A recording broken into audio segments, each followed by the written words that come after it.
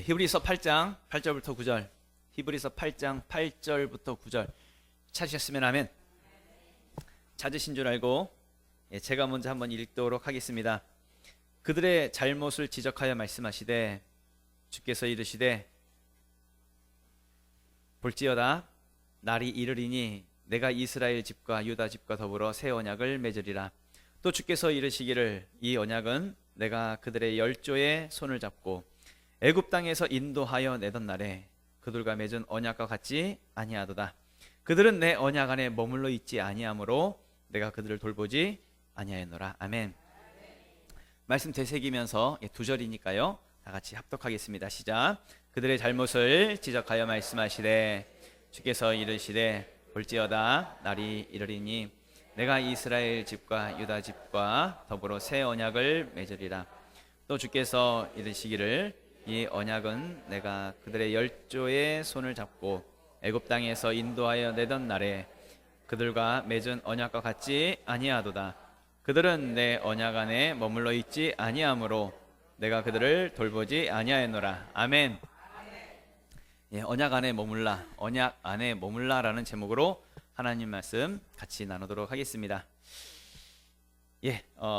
오늘도 옆에 분들하고 축복하면서 우리 인사할게요. 당신은 복의 사람입니다. 당신은 복의 사람입니다. 하이파이브 합니다. 아싸 기적이 일어납니다. 아싸 기적이 일어납니다. 또 다른 분하고 아싸 앞뒷 분하고도 아싸 기적이 일어납니다. 놀라운 기적이 일어나고 있습니다. 잘 되고 있습니다. 오늘 말씀은 사실은 8장을 좀 다 읽으면 좋은데 그냥 핵심되는 부분, 오늘 같이 말씀 나눌 부분만 해서 이렇게 8절 9절만 이렇게 읽었습니다. 계속 우리가 반복해서 나누는 부분은 아브라함의 유업에 대한 부분들 계속 나누고 있는데요. 성경은 아주 분명하게 말씀하고 있죠. 우리가 그리스도의 것이면 아브라함의 유업을 이을 자라고 분명하게 말씀하고 있습니다. 교회 다닌다고 해서 유업을 잇는 것이 아니라 정확하게 내가 그리스도의 것이 되었을 때에 유업을 잇는다는 것이죠. 굉장히 중요한 부분입니다. 굉장히 중요한 말씀입니다. 왜냐하면 많은 사람들이 교회를 다녀도 내 안에 주인이 바뀌어야 된다라고 하는 이 개념을 사실을 잘 알지 못해요. 교회 다니면서도 여전히 자기가 주인입니다. 자기 자신이 자신의 삶의 주인 되어서 자기 뜻대로 자기가 원하는 대로 사는 것을 당연하게 생각합니다. 교회 다니는 사람들도 그렇습니다. 오히려 어떤 사람들은요, 하나님이 왜 내 뜻대로 안 해주냐고. 하나님이 내가 교회 다녀주는데 하나님이 나한테 어떻게 그럴 수 있냐고 오히려 하나님한테 화내고 원망하는 사람들도 많습니다. 왜 그럴까요? 다른 게 아닙니다. 자기가 주인이니까요. 내가 주인이니까요. 하나님은 어디까지나 내 삶에 그냥 나의 성공을 도와주시는 분, 아니면 내가 그냥 이용해야 하는 어떤 분, 그런 것쯤으로 생각하는, 그렇게 교회 다니는 사람들도 많다는 이야기입니다.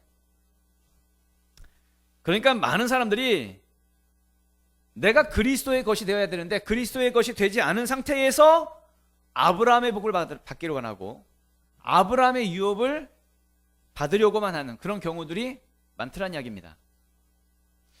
혹시 지난주 말씀을 혹시 기억하십니까? 사도 바울이 로마서를 통해서 말씀했던 내용인데, 이 세상에는 두 부류의 사람이 있는데 아담 안에 있는 자가 있고 그리스도 안에 있는 자가 있다. 말씀 기억하시죠? 교회 다닌다고 해서 무조건 그리스도 안에 있는 자가 되는 것이 아니라 정확하게 예수 그리스도의 그 죽으심이, 그러니까 죽으심으로 죽어야 아담 안에 있는 자가 나오는 것이니까, 그러니까 예수 그리스도의 죽으심으로 내가 아담 안에서 나온 자, 예수 그리스도를 나의 주인으로 정확하게 영접한 자, 예수 그리스도의 그 보혈로 죄사함을 정확하게 받은 자, 바로 그 사람이 그리스도 안에 있는 자다라는 이야기죠. 그리고 그리스도 안에 있는 자에게는 결코 정죄함이 없다라고 성경은 말씀하고 있다는 얘기. 지난주 같이 말씀 나눴던 내용, 로마서 8장 1절이죠. 그러므로 이제 그리스도 예수 안에 있는 자에게는 결코 정죄함이 없나니. 아멘. 반드시 기억하셔야 됩니다. 악한 마귀는 그리스도 예수 안에 있는 자에게 결코 죄를 물을 수가 없습니다. 우리가 그리스도 안에 있다고 한다면 결코 우리는 정죄를 당하지 않는다는 걸 기억하셔야 됩니다. 예수 그리스도의 보혈이 이미 우리의 죄를 사했으며, 이미 우리의 죄는 이미 덮어졌으며, 하나님은 우리의 죄에 대해서 아주 분명하게 말씀하고 있기를 기억조차도 안 한다고 성경은 말씀하고 있다는 얘기입니다. 히브리서 8장 12절 말씀 보면은 내가 그들의 불의를 긍휼히 여기고 그들의 죄를 다시 기억하지 아니하리라 하셨느니라. 아멘. 그래서 우리는 세상으로부터는 어떠한 정죄도 결코 우리는 받지 않는다는 것입니다. 우리는 이미 해방되었다는 이야기죠. 이미 우리는 자유케 되었습니다. 그래서 지난주에도 말씀 나눴던 거 로마서 8장 2절, 이는 그리스도 예수 안에 있는 생명의 성령의 법이 죄와 사망의 법에서 너를 해방하였습니다. 아멘. 중요한 것은 내가 그리스도의 것이 되는 것, 이게 굉장히 중요한 것이고, 내가 그리스도 안에 있는 것, 이게 굉장히 중요한 부분이란 이야기죠. 그렇다고 한다면 그리스도 안에 있다라고 하는, 내가 그리스도 안에 있다라고 하는 것은 무엇을 의미하는 것일까? 나 그리스도 안에 있어. 뭐 예를 들면 컵이 있으면 컵 안에 물이 있죠. 컵 안에 있어. 뭐 이런 개념이라고 한다면 쉽게 우리가 이해가 되겠는데, 내가 그리스도 안에 있다라고 하는 것은 무엇을 의미하는 것일까? 라고 할 때에 성경이 말씀하고 있는 부분 속에서 나의 하루하루 모든 삶이 예수 그리스도와 연합된 삶을 말하는 것입니다. 그러니까 믿음의 삶을 사는 걸 말하는 거예요. 쉽게 말하면 믿음의 삶. 그러니까 나는 예수님 믿어, 난 하나님 믿어 라고 생각하는 관념적인 거 말하는 거 말고, 그냥 생각으로 난 믿고 있어 라고 하는 그거 말고 정확하게 실제적으로 믿음의 삶을 살아내고 있는 것, 그걸 말씀하고 있다는 얘기입니다. 나는 나의 모든 죄를 죄사함 받았습니다. 나는 예수 그리스도의 은혜로 나는 구원받았습니다. 나는 이제 그래서 새로운 피조물이 되었습니다. 그래서 나는 더 이상 예전의 삶을 살지 않습니다. 이제는 예수 그리스도를 믿는 믿음으로 살겠습니다. 이것이 정확하게 고백되어지고 그런 삶을 살아가는 사람, 이게 그리스도 안에 있는 자의 모습이란 이야기죠. 그래서 사도 바울은 이런 고백을 합니다. 갈라디아서 2장 20절에 내가 그리스도와 함께 십자가에 못 박혔나니 그런즉 이제는 내가 사는 것이 아니요 오직 내 안에 그리스도께서 사시는 것이라. 이제 내가 육체 가운데 사는 것은 나를 사랑하사 나를 위하여 자기 자신을 버리신 하나님의 아들을 믿는 믿음 안에서 사는 것이라. 아멘. 이제는 하나님의 아들을 믿는 믿음으로 사는 겁니다. 믿음으로. 그러니까 실제적으로 믿음의 삶을 사는 것, 나의 삶이 믿음의 삶이 되어지는 것, 그것이 바로 내가 그리스도 안에 있는 것, 내가 그리스도의 것이 되었다라고 하는 그 모습으로 사는 것을 말씀하고 있다는 이야기죠.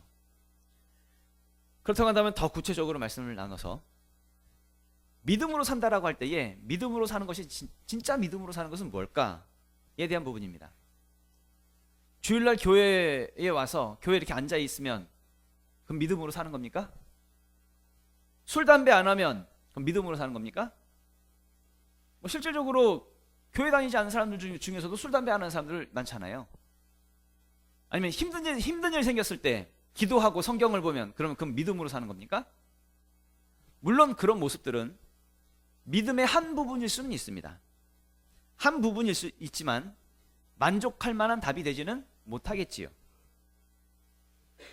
오늘 본문 말씀입니다. 본문 말씀 히브리서 8장 8절 말씀 보면은 그들의 잘못을 지적하여 말씀하시되 주께서 이르시되 볼지어다 날이 이르리니 내가 이스라엘 집과 유다 집과 더불어 새 언약을 맺으리라. 아멘. 새 언약을 맺는 부분을 말씀하고 있는 부분이 이제 히브리서 8장의 내용인데, 혹시 몇 주 전에 같이 말씀을 나눴던 내용 중에 하나님이 아브라함과 언약을 맺었던 내용을 혹시 기억하시는지 모르겠습니다. 하나님이 아브라함에게 가나안 땅을 너와 너의 자손에게 줄 것이다 라고 하나님이 말씀하신 다음에 아브라함이 짐승을 잡아서 죽이고 쪼갭니다. 쪼개고 그 사이를 하나님이 지나가시죠. 그렇게 언약이 맺어지게 되었습니다. 그리고 수백 년이 지났습니다. 수백 년이 지난 뒤에 이스라엘 백성들이 애굽 땅에서 나오고 그리고 홍해를 건너고 광야 생활을 하면서 이스라엘 백성들은 이 하나님의 언약을 다 잊어버리게 됐죠. 하나님의 언약을 다 내팽개치고 오히려 애굽을 그리워하고 애굽으로 돌아가겠다 뭐 이렇게 말을 합니다. 그리고 하나님을 원망하고 모세를 원망하지요. 그 부분 속에서 오늘 본문 말씀입니다. 본문 말씀 히브리서 8장 9절 말씀인데, 또 주께서 이르시기를 이 언약은 내가 그들의 열조의 손을 잡고 애굽 땅에서 인도하여 내던 날에 그들과 맺은 언약과 같이 아니하도다. 그들은 내 언약 안에 머물러 있지 아니하므로 내가 그들을 돌보지 아니하였노라. 아멘. 여러분 반드시 기억하셔야 됩니다. 반드시 기억하셔야 되는 것은 하나님은 우리를 돌보실 때에 언약 안에서 돌보신다는 것입니다. 결국 언약 안에 있지 않았던 이스라엘 백성들은, 그러니까 이제 여호수아와 갈렙을 제외한 모든 이스라엘 백성들은 다 언약의 땅, 그 가나안 땅에 들어가지 못했다는 것을 기억하셔야 됩니다. 그러면 그 이유가 뭐라고 말해요? 그들은 언약 안에 있지 않았기 때문에, 언약 안에 있지 않았기 때문에 하나님이 돌보질 않았다는 이야기입니다. 전에도 종종 말씀드렸던 내용인데, 이스라엘 백성들이 6월절을 통과한 뒤에 애굽을 나왔죠. 애굽을 나와서 홍해를 건넜고 광야 생활을 하다가 요단강을 건너서 가나안 땅에 들어갑니다. 언약의 땅에 들어갑니다. 이 여정은 우리가 신앙생활을 하는 것에 대한 예표다, 이런 말씀들을 종종 드렸습니다. 우리가 우리가 이 세상 속에 살다가 세상에서 나와서 예수를 믿고 그리고 세례를 받고 성령을 받고 신앙생활을 하다가 언약의 땅에 들어가는 것, 그러니까 천국에 들어가는 것, 그것에 대한 예표가 이스라엘 백성들이 출애굽해서 가나안 땅까지 가는 그 여정, 그것은 우리 신앙생활에 대한 예표다에 대한 부분을 종종 말씀드렸었지요. 그렇다는 것은 이스라엘 백성들이 언약 안에 있지 않아서 그래서 광야에서 다 죽임을 당했다라고 하는 것은 우리도 마찬가지로 언약 안에 있지 않으면 하나님이 우리를 돌보지 않을 수 있다는 걸 반드시 기억하셔야 됩니다.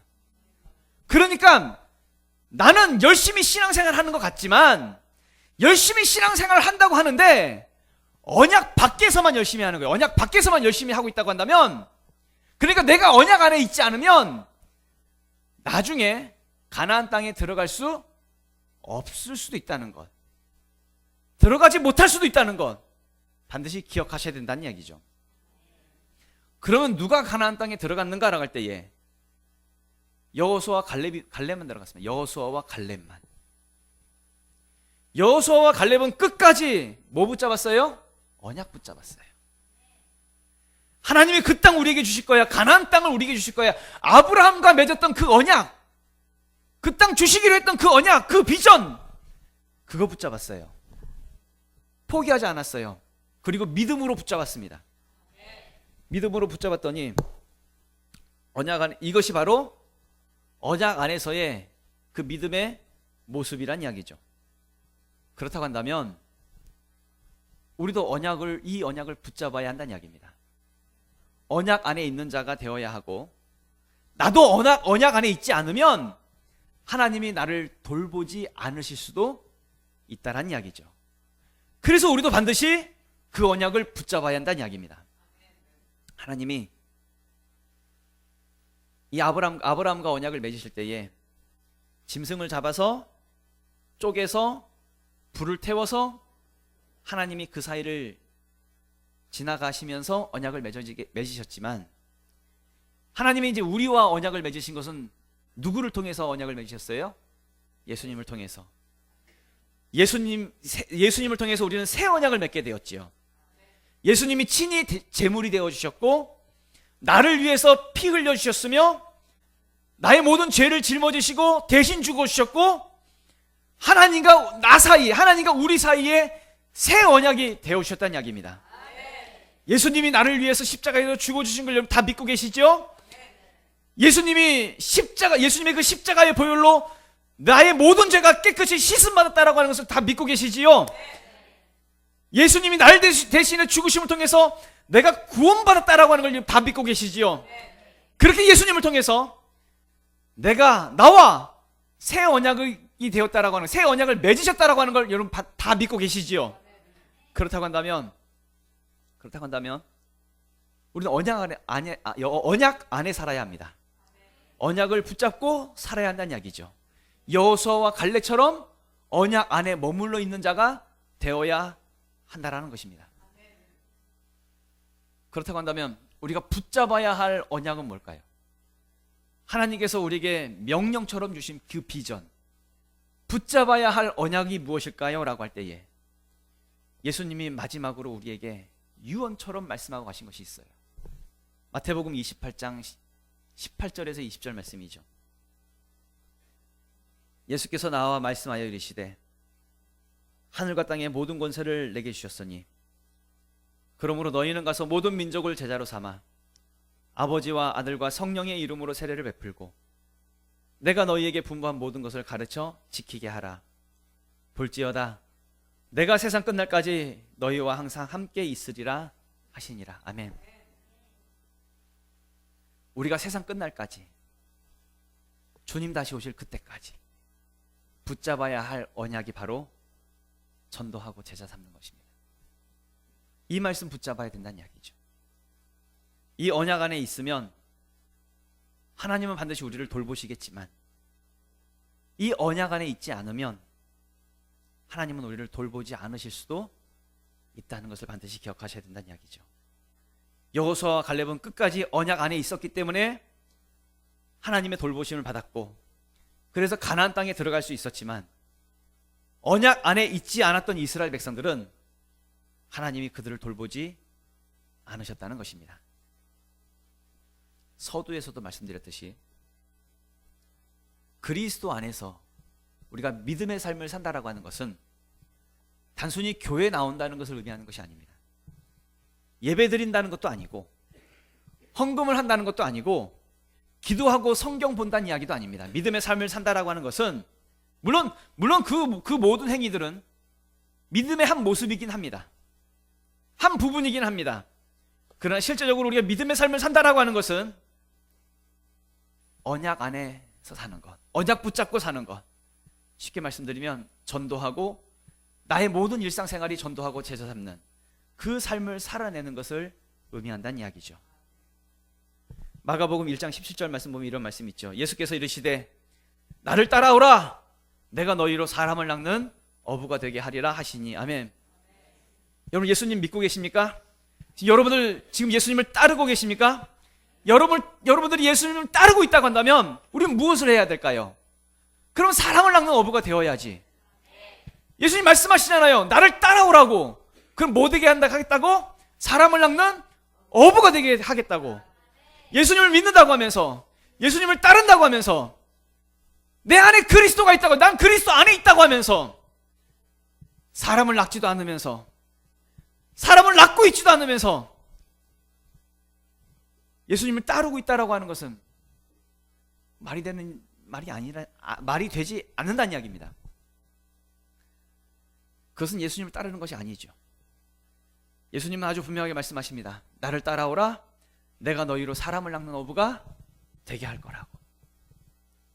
예수님을 따르는 자들은 무엇을 해야 하는지, 어떻게 되어야 하는지, 어떤 삶을 살아야 하는지 아주 명확하게 예수님은 그 목적을 말씀하고 계신다는 이야기죠. 많은 사람들이 한국교회가 정말 어렵다고 합니다. 정말 한국교회가 위기입니다. 정말 위기라고 말하고, 지금도 나가서 전도하면 우리는 결코 좋은 반응을 얻지를 못합니다. 다 알겠지만 교회가 세상으로부터 환영받지 못하는 것 오래됐습니다. 이미 오래된 이야기죠.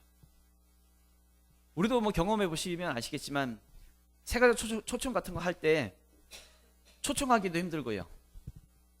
또 초청해서 한번 데리고 와도 그 한 영혼 정착시키기가 정말 어렵습니다. 한 번은 와도 정착시키기가 정말 어렵고, 예수 믿게 하는 건 더더욱 어렵고, 당연히 제자 삼는 것은요 더욱더 힘들고 어려운 일이지요. 그래서 많은 교회들이 점점 힘을 잃어가고 있습니다. 앞으로 어쩌면 어떻게 될지 모르겠지만 우리가 지금 누리고 있는 이 신앙의 자유라고 하는 것, 언젠가는 어쩌면은 빼앗기는 세상이 될지도 모르는, 억압과 통제 속에서 힘들게 예수를 믿어야 하는 그런 시대가 찾아올지도 모르겠습니다.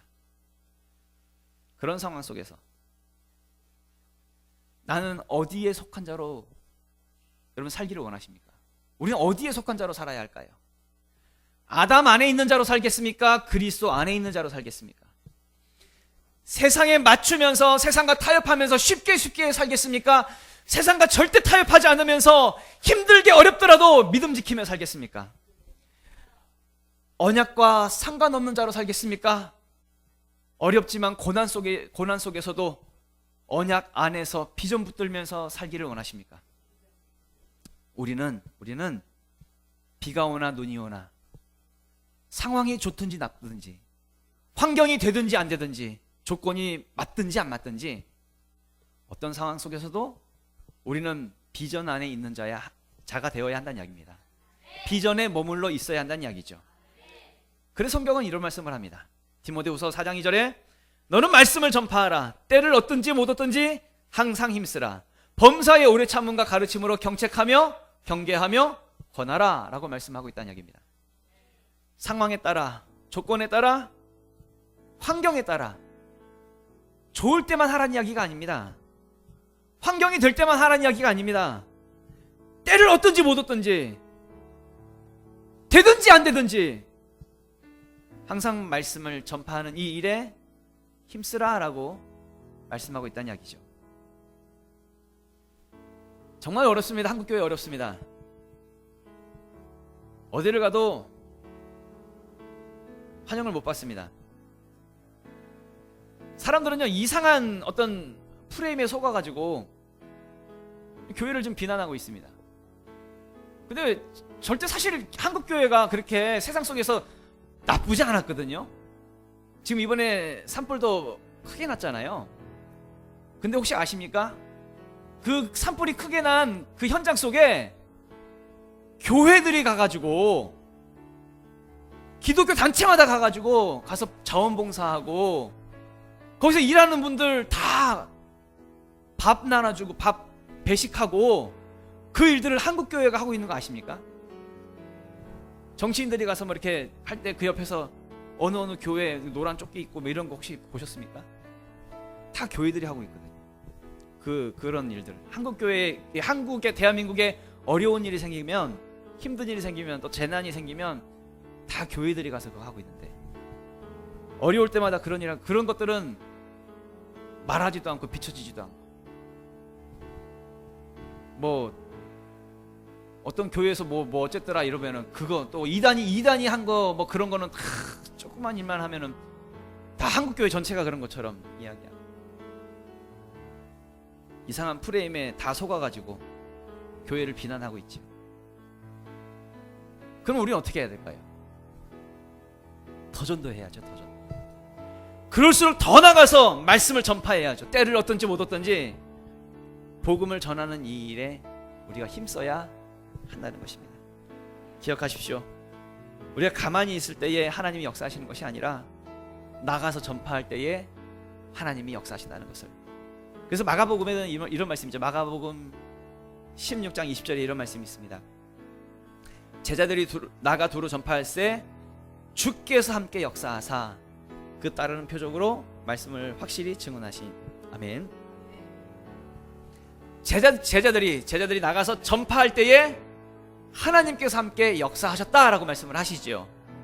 가만히 있을 때 역사하시는 것이 아니라 조건과 환경을 따지고 있을 때에 역사하신 것이 아니라 전혀 상관없이 우리가 나가서 전파할 때에, 제자들이 나가서 전파할 때에 역사하셨던 것처럼 우리도 나가서 전파할 때에 하나님께서 역사하신다는 이야기입니다. 때를 얻든지 못 얻든지 상관없이 하나님의 역사가 나타나지 되지 않겠습니까? 그러면 전파해야지. 초대교회 성도들이 모여가지고 기도합니다. 초대교회의 그 핍박의 상황 속에서 초대교회 성도들이 막 모여가지고 간절히 기도하는 그 기도의 내용은 사도행전 4장 29절에 31절 말씀에 그 기도의 내용이 나오는데, 주여 이제 그들의 위협함을 굽어보시옵고 또 종들로 하여금 담대히 하나님의 말씀을 전하게 하여 주시오며 손을 내밀어 병을 낫게 하시옵고 표적과 기사가 거룩한 종 예수의 이름으로 이루어지게 하옵소서 하더라. 빌기를 다하매 모인 곳이 진동하더니 무리가 다 성령이 충만하여 담대히 하나님의 말씀을 전하니라. 아멘. 초대교회 성도들이 다 같이 모여서 힘을 다해서 기도했던 것은, 하나님 내가 이런 문제가 생겼어요, 좀 도와주세요, 이게 아니라, 하나님 나 좀 잘 되게 해주세요, 이게 아니라, 하나님 나 좀 성공하게 해주세요, 이게 아니라, 그 유대인들의 조롱과 핍박과 그 위협 속에서도, 그 속에서도 하나님의 말씀을 담대하게 전하게 해달라고, 손을 들어서 들 때마다 병이 낫게 해달라고, 표적과 기사가 예수 이름으로 이루어지게 해달라고, 그걸 놓고 기도하고 나서 성령 충만해가지고 담대히 하나님의 말씀을 나가서 전하더라 라는 이야기죠. 바로 우리가 그래야 한다는 이야기입니다. 우리의 기도가 그래야 하고, 우리의 믿음의 삶이 그런 모습이 되어야 한다는 이야기죠. 그것이 바로 언약 안에 있는 자의 모습이란 이야기입니다. 이 시간 우리 마지막으로 영상 하나 보려고 하는데요, 영상을 하나 보면서 동기부여 영상을 보고 그렇게 또 다시 마무리하도록 하겠습니다. 네, 영상을 보도록 하겠습니다. 환자의 인권, 의사로서의 윤리 강령, 내 앞에서 그런 거 따지지 마라. 내 구역에서는 오로지 하나밖에 없어. 살린다. 무슨 일이 있어도 살린다. 그 사람이 누구든 어떤 일을 하고 어떤 위치의 사람이든 수술방에 들어오는 이상 나한테 그냥 환자일 뿐이야. 다른 잡생각 안 해.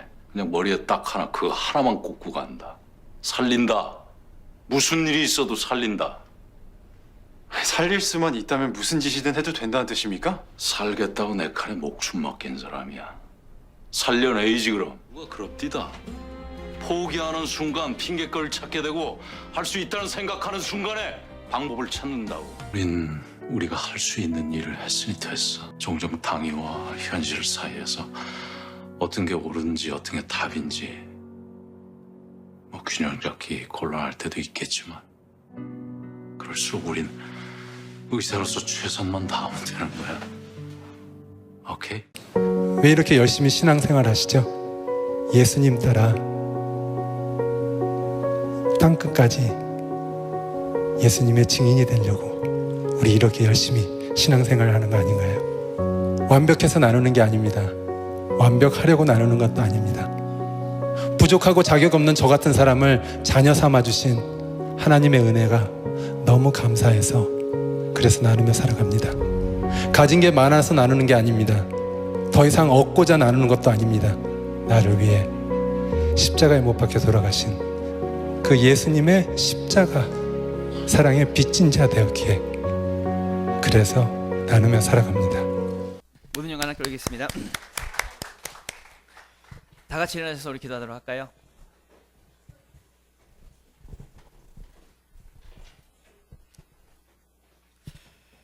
다 같이 일어나셔서 우리 선포할까요? 우리도 한번 선포해 봅시다. 살린다. 무슨 일 있어 살린다. 다시 한번 더 해볼까요? 살린다. 무슨 일이 있어도 살린다. 아까 전에 그 드라마의 대사 중에 포기하면 핑계를 찾겠지만, 그렇죠, 포기하면 뭐 이것 때문에 못했어요, 저것 때문에 못했어요, 핑계만 찾겠지만, 할 수 있다고 생각하면 뭘 찾는데요? 방법을 찾는데, 방법을.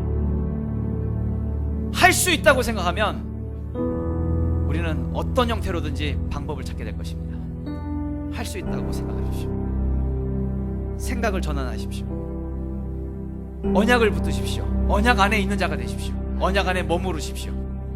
비전을 붙잡으십시오. 비전 안에 있는 자가 되십시오. 전도하고 제자 삼는 이 비전 속에 있다고 한다면 우리는 방법을 찾게 될 것입니다. 물론 상황적으로는 어렵습니다. 안 되고 힘들고 어려운 상황입니다. 그럴수록 해보자는 이야기입니다. 그럴수록 방법을 한번 찾아보자는 이야기입니다. 왜 우리가 예수를 믿고 신앙생활을 하는 것입니까? 내가 아담 안에 있던 내가 그리스도 안에 있는 자로 바뀌었잖아요.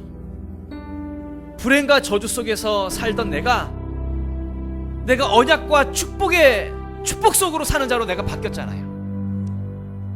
세상의 죄의 종로로 하던 내가 하나님의 자녀로 바뀌었잖아요. 다시 말하면 내가 아브라함의 유업을 이을 자, 내가 그리스도의 것이 내가 되었잖아요. 그러면